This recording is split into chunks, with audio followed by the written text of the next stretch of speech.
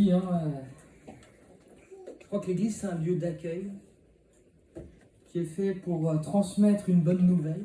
Alléluia. Cette bonne nouvelle du royaume de Dieu, c'est que Jésus est vivant. Amen. Il est capable encore de guérir et de délivrer.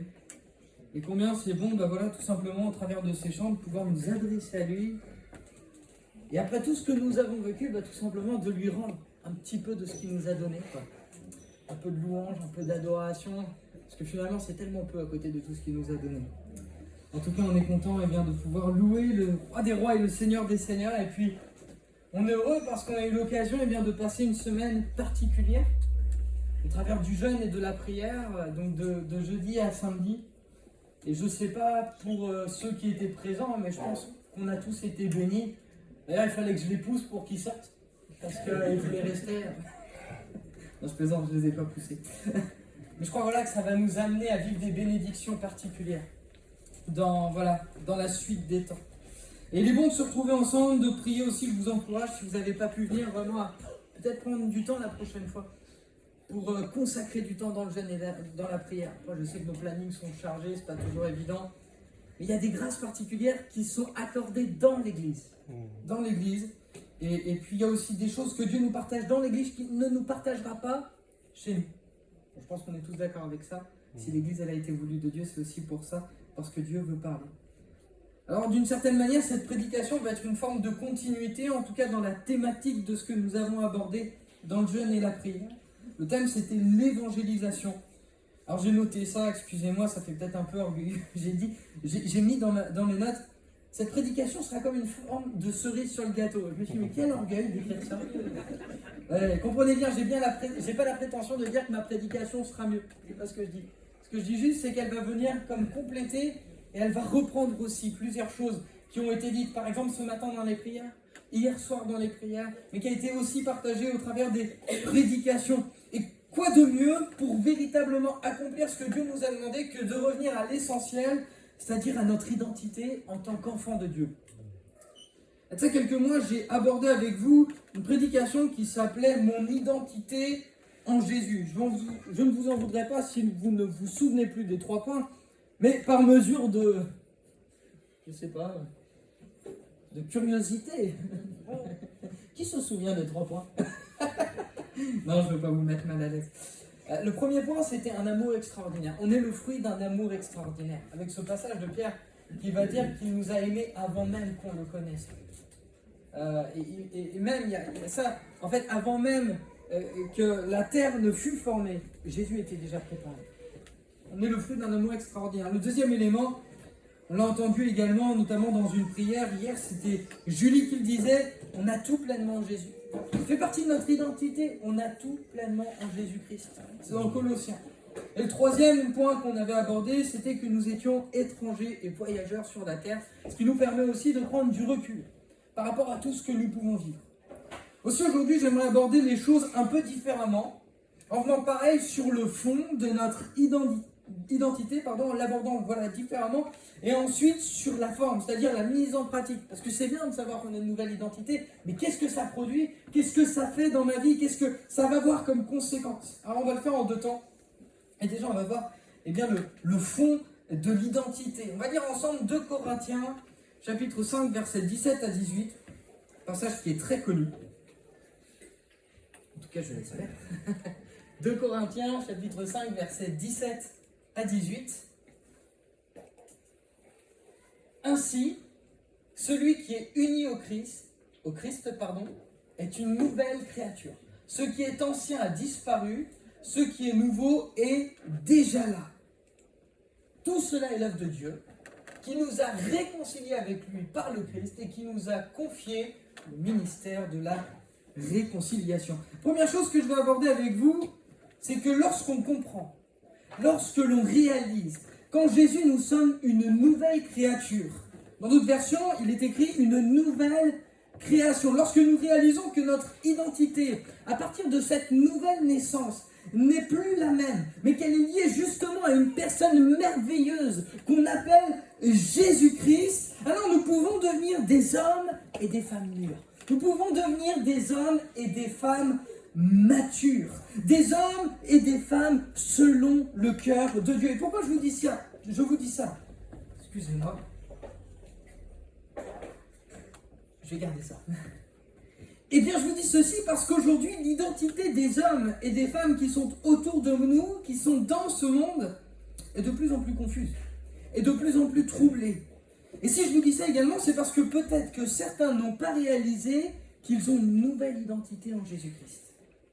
Et je pense que si on réalise véritablement qui nous sommes, on va faire de grands pas. Même aujourd'hui. Alléluia. Aujourd'hui, notre société, elle va se construire sur des modèles qui sont très déstabilisants. Aujourd'hui, le sens des valeurs est complètement renversé. Aujourd'hui, nous vivons ce qui est écrit dans la Bible, c'est-à-dire que le mal sera appelé bien et le bien sera appelé mal.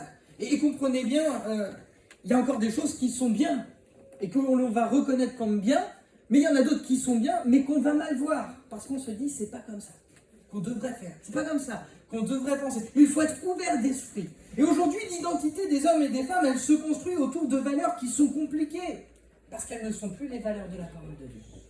Il y a de cela quelques années, je pense aux années 80, aux années 70, aux années 60, bien qu'il y ait eu quand même des temps de flottement, le niveau de valeurs des Français était beaucoup plus élevé.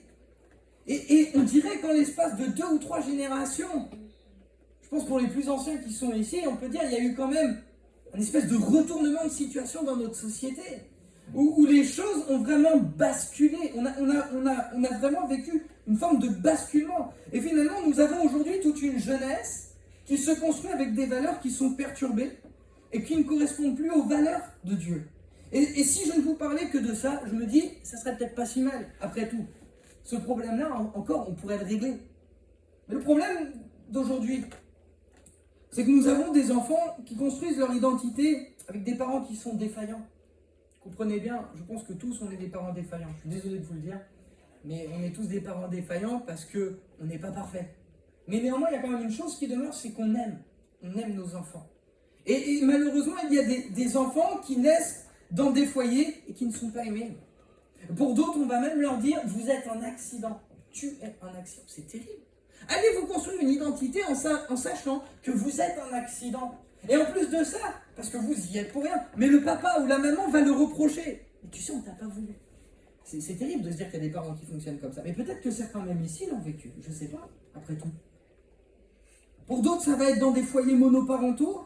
Alors je dis des femmes généralement, ça peut être un homme, mais généralement ce sont les femmes qui vont s'occuper des enfants. Et finalement, les enfants vont manquer de repères. Sans compter tous les traumatismes qu'en plus de l'enfance, il va y avoir. Traumatisme qu'on va avoir à l'adolescence, traumatisme qu'on peut aussi avoir quand on va être adulte, etc., etc., etc. Aujourd'hui, il y a même des enfants qui sont adoptés par des couples homosexuels. Ce que je veux dire, c'est que de plus en plus, et pour beaucoup, se construire une identité saine, c'est quelque chose de très compliqué. Se trouver, savoir qui on est, pourquoi on est là, quel est notre but, quel est le sens de ma vie, on n'a plus de réponse. Ou alors on en a très peu, ou alors on a des réponses qui sont en accord avec cette société. Excusez-moi ce que je veux dire, ce sont des réponses complexes. Donc finalement, ce n'est pas suffisant pour pouvoir se construire. Et finalement, ces enfants-là vont donner naissance à des adultes, et c'est pour ça d'ailleurs que je m'adresse à des adultes, parce que peut-être que vous avez fait partie de ces enfants-là, et finalement, eh bien, ça va donner naissance à des adultes qui jamais ne vont s'épanouir, qui vont avoir des failles. Pourquoi? Parce que si on ne sait pas qui on est, on sera toujours en recherche de repères, on sera toujours en recherche de quelque chose, en recherche peut-être de l'estime de soi, peut-être en recherche de savoir, mais pourquoi je suis là? Alors ce qui est intéressant avec le désir de Dieu, c'est que lui, il veut nous amener à naître de nouveau. Et ça, c'est quelque chose... En fait, j'avais beau réfléchir là-dessus, mais j'avais pas compris ça comme ça. Enfin, si, je l'avais compris, la nouvelle naissance. Et je me dis, en fait, on l'aborde vite fait. Excusez-moi de prendre cette expression, mais on l'aborde vite fait. Mais en fait, c'est quelque chose de beaucoup plus profond et de beaucoup plus puissant que ce qui n'y paraît. Parce qu'en réalité, Jésus, en nous amenant à naître de nouveau, il ne nous amène pas à oublier notre passé, mais il nous amène à régler des problèmes actuels pour devenir justement de nouvelles créatures. Le désir de Jésus, c'est de nous amener à être une nouvelle création, ou bien créature en ayant de nouveaux repères, en ayant une nouvelle identité. C'est-à-dire que pour l'homme, ou bien pour la femme, qui vient un jour à rencontrer Jésus, il va se produire une œuvre de transformation dans son cœur. Où il y aura cette certitude dans son cœur que premièrement, il a une nouvelle identité, mais surtout qu'à partir de cette nouvelle identité, il a de nouveaux repères. Et qui plus est des meilleurs, il a un nouveau Père, alléluia, Dieu le Père, et puis il a un nouvel ami, le meilleur de tous, c'est Jésus-Christ.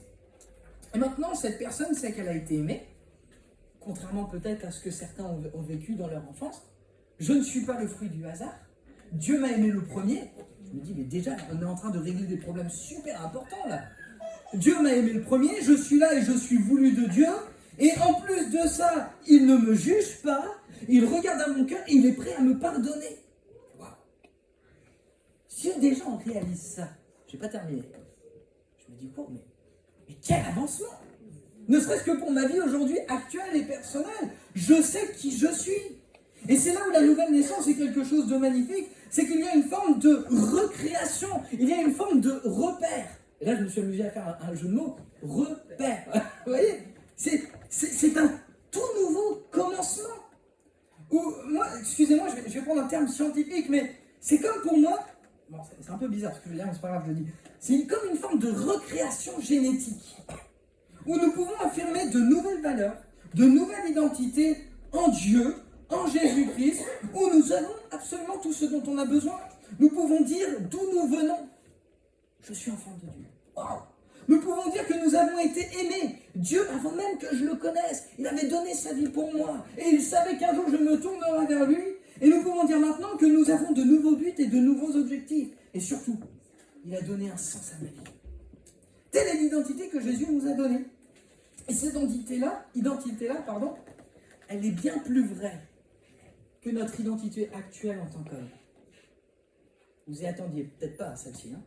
Mais cette identité-là est beaucoup plus vraie que mon identité actuelle humaine. Pourquoi? Parce que Jésus est plus vrai que tout ce que nous pouvons voir. Et si lui-même dit qu'il fait de moi une nouvelle créature, souvenez-vous avec Nicodème, il faut que tu naisses de nouveau. Ça ne peut pas venir de toi, ça vient du Saint-Esprit. Si Jésus le dit, il l'accomplit. Et s'il l'accomplit, ça veut dire quoi? Qu'aujourd'hui, je peux devenir citoyen du royaume des cieux. Et si déjà, dans un premier temps, on le réalise, quelle est notre véritable identité? Alors, beaucoup de choses qui étaient anciennes, qui ont pu nous faire souffrir. Je viens peut-être de parents divorcés, de parents qui ne se sont pas occupés de moi. Peut-être que je n'ai pas voulu, je n'ai pas été voulu. Mais si aujourd'hui, je réalise qu'en réalité, j'ai été voulu d'un père qui est bien meilleur que le mien, si aujourd'hui, je réalise que le meilleur de tous mes amis a été capable de donner, de sacrifier sa vie pour moi, je me dis, on est en train de régler des problèmes qui sont super importants. Amen. Je sais qui je suis. Je sais que j'ai été aimé. Je me dis, waouh! Je peux affirmer, et vous pouvez affirmer, que vous êtes enfant de Dieu. Par la suite, au sein de cette intimité, de cette relation que vous avez avec lui, vous pouvez dire, vous êtes amis de Dieu. Et Jésus, en faisant de nous de nouvelles créatures, il répond aux besoins fondamentaux de notre existence. Qui je suis? Pourquoi je suis ici? Quel sens donner à ma vie? Et où je vais? C'est des questions qu'on va tous se poser. Et qu'on s'est tous posées. Et Jésus, en fait, il répond à toutes ces questions en une fraction de seconde, en te faisant naître de nouveau. Wow. La nouvelle création, c'est pas quelque chose qui se fait dans le temps. C'est une action du Saint-Esprit qui se fait à un moment donné où il vient mettre dans ton cœur cette certitude. Je suis sauvé. Je suis enfant de Dieu. Et on a besoin de revenir à ça, c'est-à-dire de réaliser qu'on a été aimé. Au travers de cette expérience extraordinaire, quand on réalise que nous sommes enfants de Dieu, que nous réalisons notre identité, alors c'est merveilleux, on peut s'épanouir et on peut commencer à envisager notre vie différemment. Je ne sais pas pour vous, mais en tout cas pour moi ça a été le cas. Aussi mes frères et sœurs, malgré le passé que vous avez vécu, réalisez aujourd'hui, ou peut-être saisissez-le par la foi, si ce n'a pas été encore le cas, que vous êtes une nouvelle créature, que les choses anciennes sont passées et que toutes choses sont devenues nouvelles. Ça paraît simple comme ça. Mais je pense que l'évangile est simple. Jésus n'est pas venu pour nous apporter quelque chose de compliqué. Telle est l'identité que nous avons en Jésus-Christ. Nous sommes citoyens du ciel. Nous repartons sur les fondamentaux, mais finalement les fondamentaux sont extraordinaires. Parce que parfois on est là, on est en train de se fixer sur nos problèmes, sur toutes nos difficultés, on est en train de repenser à notre passé. Mais si on s'arrête quelques instants, Mais David, qui tu es? Est-ce que vous posez cette question des fois dans vos difficultés? Et finalement, qui tu es? Moi, je sais qui je suis. Je suis enfant de Dieu. Le créateur du ciel et de la terre, c'est mon papa. Je sais qu'il y en a qui n'aiment pas trop qu'on dise que Dieu, c'est notre papa. Mais Jésus, il disait Abba. Abba, c'est comme Baba. Vous savez, quand mon fils, par exemple, quand il commençait Baba, Papa. Abba, c'est les balbutiements d'un enfant. Jésus, il appelait son père Abba. C'est mon papa, Quand je réalise ça, oui, c'est vrai, il y a des problèmes, ok, mais je me dis, mais ça me permet quand même de prendre du recul. Je me dis, mais faut pas que j'oublie qui je suis. Oui, c'est vrai que des fois, je ne ressens pas toujours la présence de Dieu. Oui, c'est vrai que des fois, j'aimerais qu'il puisse peut-être me parler davantage, ou alors c'est peut-être moi qui ne suis pas attentif. Mais même si je ne le ressens pas, même si je ne le vois pas, ça ne change rien au fait que je suis enfant de Dieu. Et même des fois, j'ai envie de vous dire, il y avait un sketch comme ça qui était très intéressant que des jeunes avaient fait quand j'étais à l'église de Saint-Étienne. C'est qu'en fait, Dieu se révélait au travers des hommes. Des fois, on pourrait être surpris de voir que Dieu se révèle au travers des hommes. Dieu nous parle au travers des hommes. Une fois même, c'était très étonnant. Je devais préparer une prédication sur la parole de Dieu, l'épée qui était la parole de Dieu. Et je me posais plein de questions. Mais Seigneur, est-ce que c'est vraiment ça que je dois apporter, etc. Vous savez, des fois, on se pose plein de questions. Et à un moment donné, je vois un camion citerne qui passe. Et il y avait le mot grec qui disait épée. Alors tout le monde ne le connaissait pas, ce mot grec. Mais moi, je le connaissais. Là, je me suis dit, ça, c'est un signe. Dieu me parle au travers d'un camion citerne. Dieu parle tantôt d'une manière, tantôt d'une autre. Je suis enfant de Dieu. Je suis enfant de Dieu. Et je veux réaliser encore ce matin qui je suis. Alors, ce n'est pas forcément un sujet que je vais aborder, mais néanmoins, je compte le dire. Quand on commence à réaliser quelle est véritablement notre identité, je crois que c'est un premier pas vers la guérison intérieure. Parce qu'on réalise qui nous sommes véritablement. Et il y a des choses qui commencent à bouger. Et le Seigneur commence à travailler. Il transforme le cœur de pierre en cœur de chair. C'est un mystère tout ça. Mais en même temps, c'est un mystère qu'on peut vivre. Et moi, je ne peux pas utiliser des mots humains pour vous le dire. Parce que c'est un mystère. Mais néanmoins, Dieu le fait. Et on a dans Luc chapitre 15, verset 22, ce en quoi constitue notre identité. C'est dans la parabole du fils prodigue. On l'avait vu il y a quelques temps, mais je vais le reprendre avec vous. Parce qu'en réalité, il donne 3 éléments super importants qui nous montrent que notre identité, elle va avoir une conséquence, sur notre vie actuelle. Est-ce que tu peux l'afficher? C'est pas de Corinthiens, c'est Luc chapitre 15, verset 22. Comme ça, on va pouvoir le lire ensemble. Mais le Père dit à ses serviteurs, souvenez-vous, c'est le père du fils prodigue, le fils revient, il va dire ceci: allez vite chercher un habit, le meilleur que vous trouverez. Mettez-le lui, passez-lui une bague au doigt et chaussez-le de sandales. Ici, il y a 3 éléments importants en fait que le Père va faire. Et qui finalement prouvent que l'identité du jeune homme va être complètement différente. Au travers de ce jeune homme, on peut se voir chacun d'entre nous, parce qu'on est tous des fils prodiges. Premièrement, le Père revêt son fils d'un vêtement, de grande valeur. Il va dire le meilleur que vous trouverez. Or, dans la tradition juive, souvenez-vous, les plus beaux vêtements, ils étaient pour qui? C'était pour le Père. Donc à votre avis, qu'est-ce qu'il va lui donner? Il va lui donner son vêtement. Ça, c'est super intéressant. Parce que je me dis, en fait, déjà, premièrement, il le revêt, son fils. Et au travers, maintenant, du regard du fils, on va voir le Père. Donc à chaque fois qu'on va voir le fils se balader, entre guillemets, dans la maison avec le manteau, on va voir le Père. On va l'identifier. Et pourtant, il est indépendant du Père. On sait que c'est le fils. Mais en même temps, on sait que c'est le fils du Père. Je me dis, mais si nous, déjà, on réalise ça, extraordinaire. Deuxième élément, qu'est-ce qu'il dit? Donnez-lui une bague. Et mettez-la lui à son doigt. Et la bague, finalement, c'était là où on faisait les sceaux pour pouvoir acheter, etc. Et en fait, là, maintenant, ce qu'il fait, le Père, c'est: je lui donne mon autorité. Tu peux signer tous les papiers en mon nom maintenant. Tu peux y aller, fiston. Fais-toi plaisir, fais chauffer la carte. Non, je rigole. Vous comprenez? Il lui donne son autorité. Donc finalement, pour nous, c'est pareil. Jésus nous revêt, nouvelle identité. Il nous revêt d'un vêtement blanc. Aujourd'hui, nous sommes identifiables, nous sommes enfants de Dieu. Mais le deuxième élément qui est extraordinaire, c'est qu'il nous fait passer la bague au doigt. Alors moi, j'aurais plutôt dit alliance, vous voyez. Mais en fait, dans le fond, c'est je te confie mon autorité. Toi, tu possèdes une autorité en tant qu'enfant de Dieu. Ça fait partie de ton identité. Et des fois, j'ai l'impression qu'on ne le comprend pas, ça. Ou alors, on ne s'en souvient plus. C'est pour ça d'ailleurs qu'on est là ce matin, c'est pour de nouveau s'en souvenir. Tu as une autorité. Parce que Dieu t'a passé la bague au doigt. C'est rigolo de dire ça. Et puis le troisième élément, c'est quoi? Des sandales. Il va marcher différemment. Avant, il était pieds nus et il était déchaussé. Et finalement, maintenant, il va pouvoir circuler dans la maison. C'est le royaume de Dieu. Il circule et c'est un enfant légitime. Avant, les esclaves, ils se baladaient pieds nus dans les maisons. C'est un enfant légitime. Il est reconnaissable. Et ça nous parle de où je vais. Donc, qui je suis, le manteau, ce que je fais, mon autorité qui m'a été donnée et où je vais, les sandales aux pieds. C'est une nouvelle identité. Cet homme-là, sa vie a basculé en l'espace de quelques secondes. Son père l'accueille et direct, dès qu'il l'accueille, allez lui chercher ça, faites ceci, faites cela. Pour nous, c'est pareil.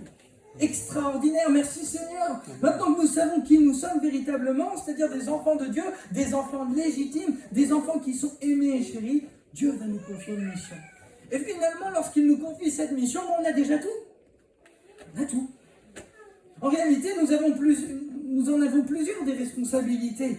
Mais comme nous sommes à la suite de l'évangélisation et que nous sommes les enfants d'un Père, que nous aimons et dont nous n'avons pas honte, j'aimerais m'arrêter sur un ou deux aspects qui sont très importants et qui vont aussi, je le crois, définir notre façon de vivre. Parce que qui dit nouvelle naissance dit nouvelle créature, et qui dit nouvelle créature dit nouvelle façon de vivre. Bien que pour certains, elles soient entamées depuis longtemps, et tant mieux, merci Seigneur. Ce sont des choses, je pense, qu'il est bon de rappeler. On va lire ensemble dans Matthieu chapitre 5, versets 13 à 16. C'est le fameux discours sur la montagne. Jésus s'adresse à ses disciples. Il n'y a pas que ses disciples. Il va dire ceci, on l'a entendu beaucoup d'ailleurs dans nos prières quand on était dans ce temps de jeûne et prière. Vous êtes le sel de la terre. Si ce sel perd sa saveur, avec quoi la salera-t-on? Ce sel ne vaut pas plus, ne vaut plus rien, pardon. Il n'est bon qu'à être jeté dehors et piétiné. Vous êtes la lumière du monde. Une ville au sommet d'une colline n'échappe pas au regard. Il en est de même d'une lampe, si on l'allume. Ce n'est pas pour la mettre sous une mesure à grains. Au contraire, on la fixe sur un pied de lampe pour qu'elle éclaire tous ceux qui sont dans la maison. C'est ainsi que votre lumière doit briller devant tous les hommes, pour qu'ils voient le bien que vous faites et qu'ils en attribuent la gloire à votre Père Céleste. On a une nouvelle identité. Et cette nouvelle identité, elle va entraîner des conséquences et des plus belles. Avant, ma vie, elle n'avait pas de valeur. Avant, ma vie, elle n'avait pas de saveur. Mais aujourd'hui, tu es savoureux. Regarde ton frère et dis, aujourd'hui, tu es savoureux. Alléluia. Tu es savoureux. Tu es savoureux. Vous êtes savoureux. Pourquoi? Parce que vous êtes enfants de Dieu. Et Jésus va dire, on est le sel de la terre. Vous êtes la lumière du monde. Et c'est intéressant parce qu'il ne dit pas, vous allez le devenir. Il n'y a pas toute une préparation pour l'être. À partir du moment où vous êtes enfant de Dieu, c'est une réalité. Tu es le sel de la terre et tu es la lumière du monde. C'est aussi simple que ça. C'est aussi simple que ça. C'est quelque chose d'actif qui doit se manifester au quotidien. Et pourtant, même si aujourd'hui je le suis devenu, il faut que je veille.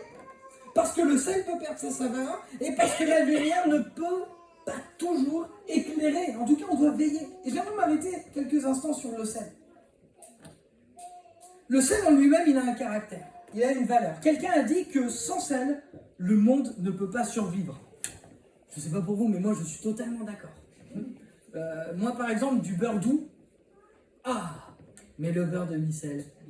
Quand j'étais à l'ITB, ils n'avaient que du beurre doux, c'était difficile. Quand j'ai rencontré mon épouse, qui est bretonne, c'est bon, tu savais tout. Tu rigoles. Mais le sel a beaucoup de particularités.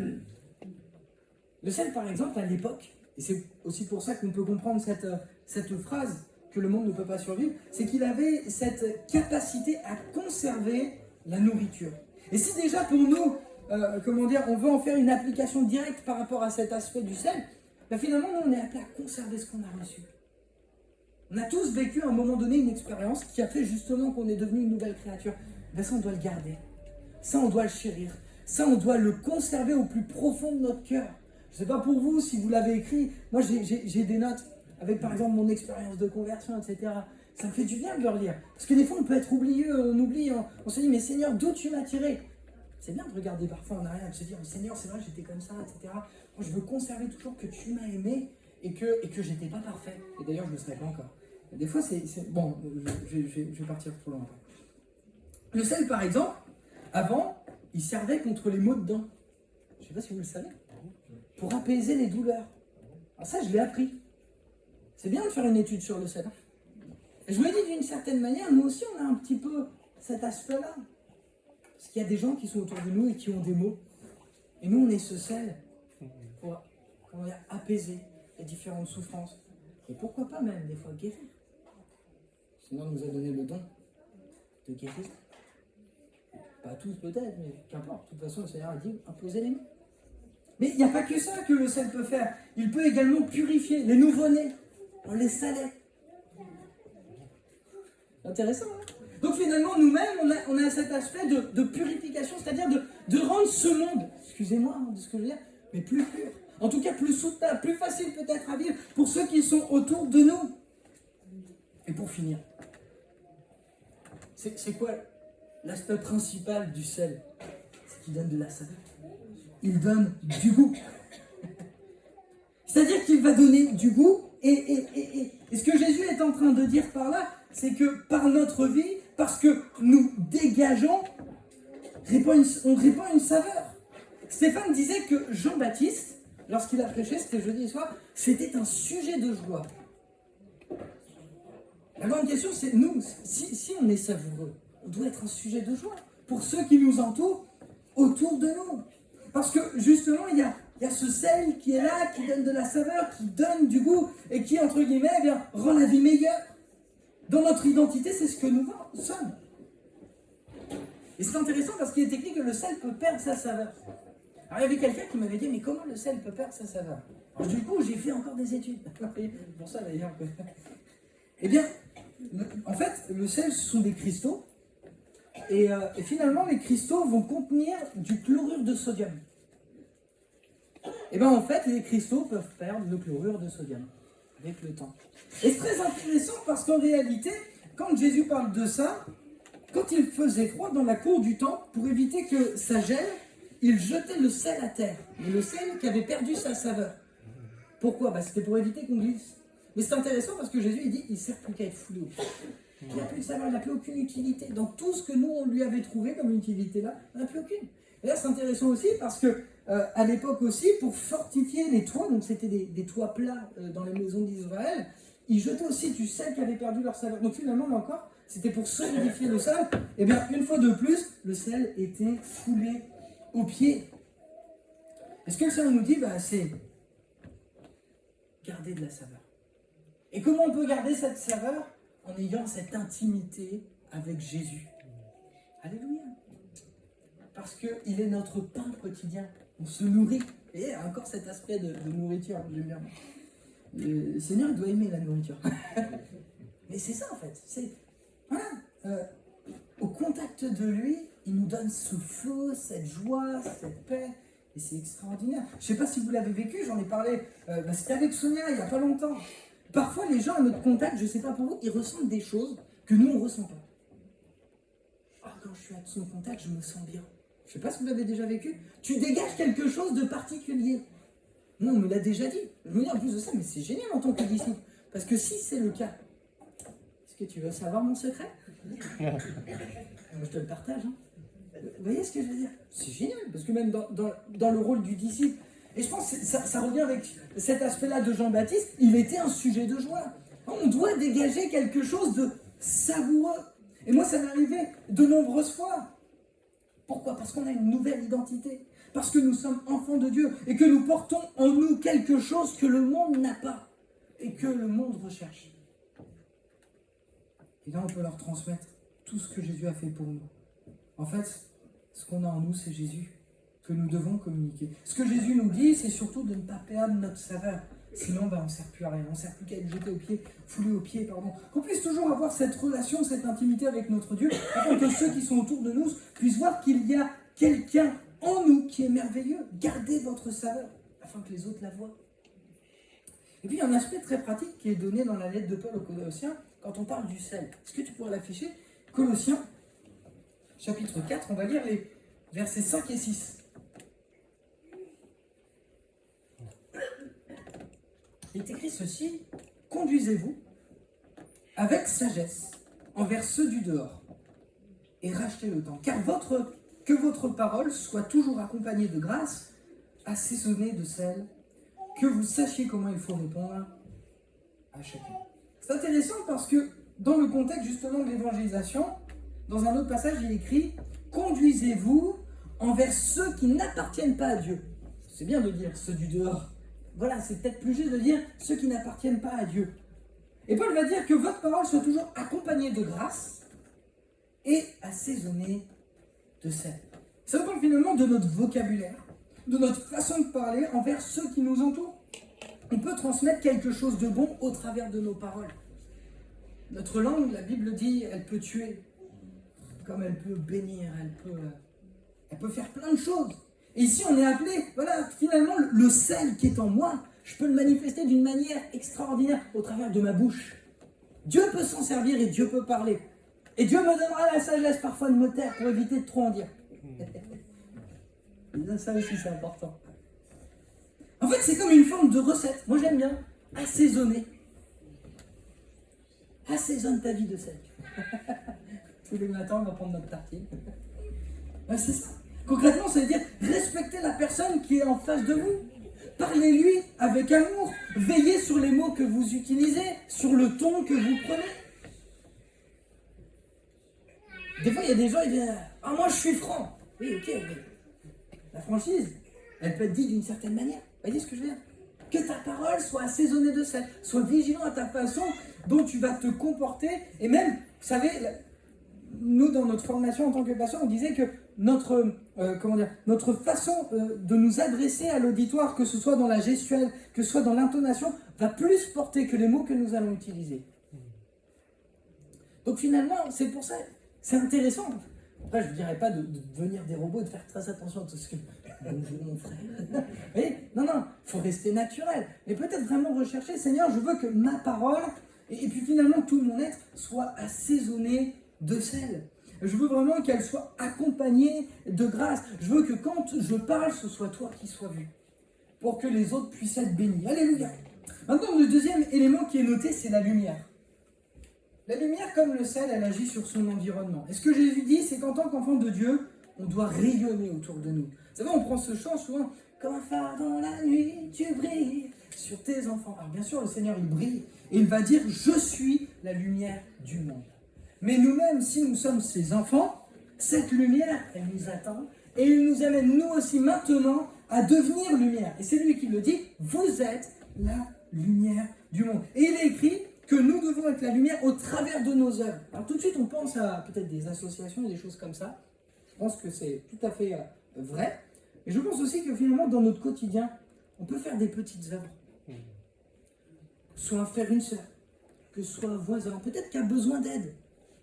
Vous savez, il y a Jésus qui va dire, si tu marches avec quelqu'un, ne fais pas une partie du chemin avec lui, fais 2000 avec lui. Plutôt que d'en faire 1000, fais 2000 avec lui.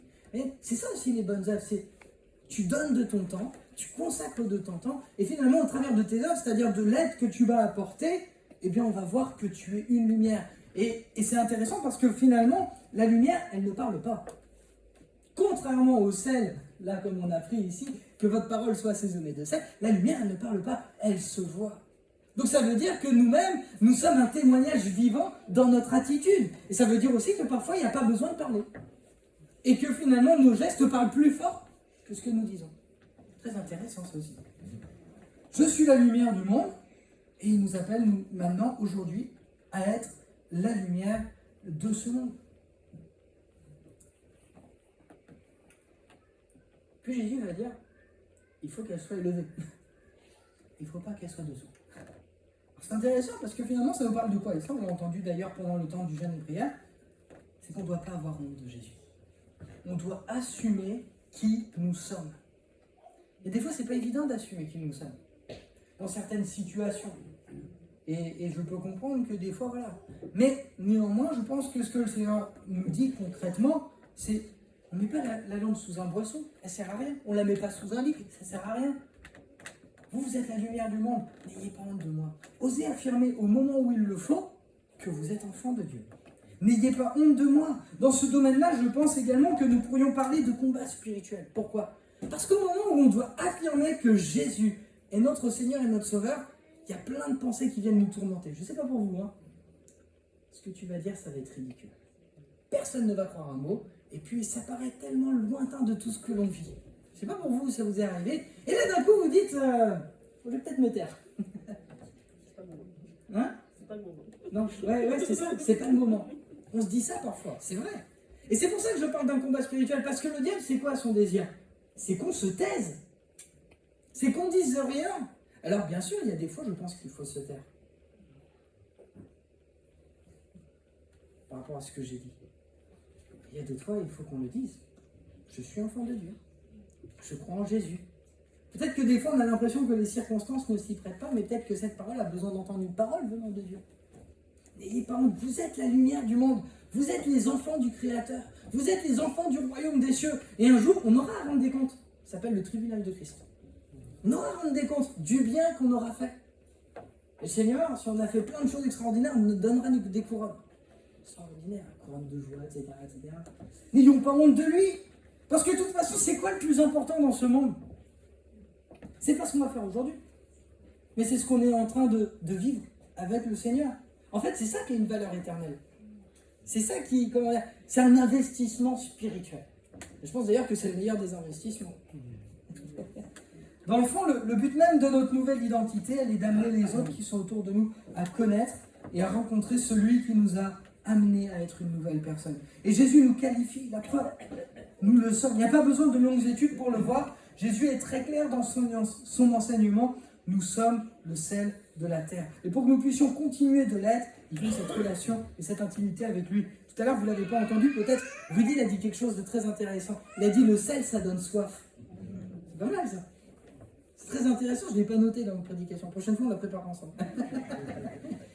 Mais c'est intéressant. Ça donne soif. Vous croyez qu'on peut donner soif aux autres ? Ouais, il y a quelque chose. Il y a une saveur là qui me... Wouh. Voilà, j'aime bien cette idée-là. Alléluia. Et puis il nous dit qu'on est la lumière du monde.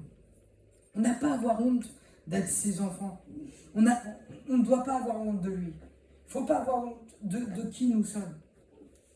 On a en main tous les outils nécessaires pour être des disciples utiles entre les mains de Dieu. Alors que nous puissions être vraiment ces disciples qui travaillent, qui saisissent les opportunités, qui aujourd'hui réalisent leur identité et qui réalisent que cette identité, elle implique qu'on est le sel et la lumière. Et à partir de ce moment-là, je pense que dans notre quotidien, en contact avec les autres, c'est déjà certainement le cas. Mais peut-être que ça va l'être encore plus.